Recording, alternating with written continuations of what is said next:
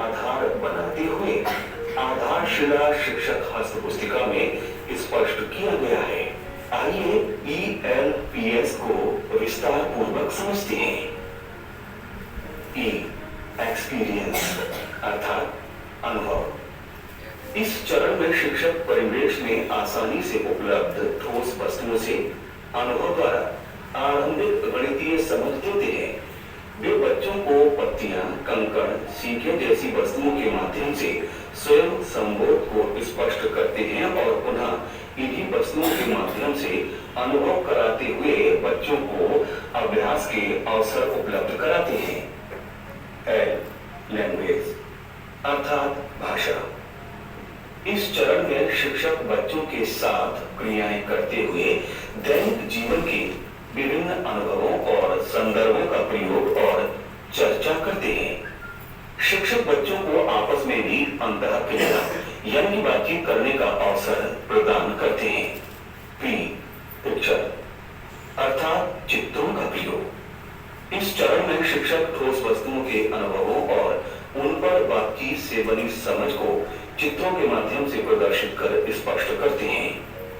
शिक्षक बच्चों के साथ चित्रों के माध्यम से विषय वस्तु को स्पष्ट करते हैं और उनसे संबंधित समस्याओं के समाधान के लिए उनसे चर्चा के माध्यम से पुनः अभ्यास का मौका देते हैं, जिससे बच्चों को विषय वस्तु को और अधिक गहराई से समझने का अवसर मिलता है। एस सिंबल अर्थात प्रतीक।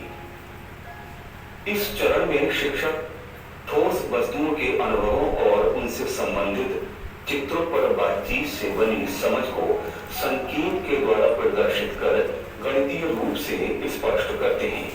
शिक्षक ठोस और चित्रों के माध्यम से स्पष्ट की गई अवधारणा को प्रतीकों के माध्यम से तुलना करते हुए स्पष्ट करते हैं और बच्चों को प्रतीकों के साथ कार्य करने का मौका देते हैं। इसे एक उदाहरण के माध्यम से समझने का प्रयास करते हैं। इस कक्षा में शिक्षिका स्ट्रा और तीलियों के माध्यम से बच्चों को गणित की अवधारणा समझाने का प्रयास कर रही है। साथ ही शिक्षक और बच्चों के मध्य आपसी संवाद भी हो रहा है, जिससे बच्चे गणितीय अवधारणा के प्रति अपनी समझ विकसित कर रहे हैं।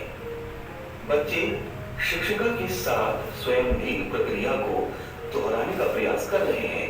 वे जोड़ियों में कार्य करते हुए तीलियों द्वारा संख्याओं का बोध कर रहे हैं। यहाँ बच्चे उसी अवधारणा को चित्रों और प्रतीक चिन्हों के माध्यम से और अधिक बेहतर ढंग से समझने का प्रयास कर रहे हैं। चित्रों के माध्यम से सीखने की प्रक्रिया और रुचिकर हो रही है। इस प्रकार किसी एक ही अवधारणा को समझने के लिए बच्चों को प्रत्यक्ष रूप से अभ्यास के 3 अवसर मिलते हैं, जो उनके सीखने पर सकारात्मक प्रभाव डालती है।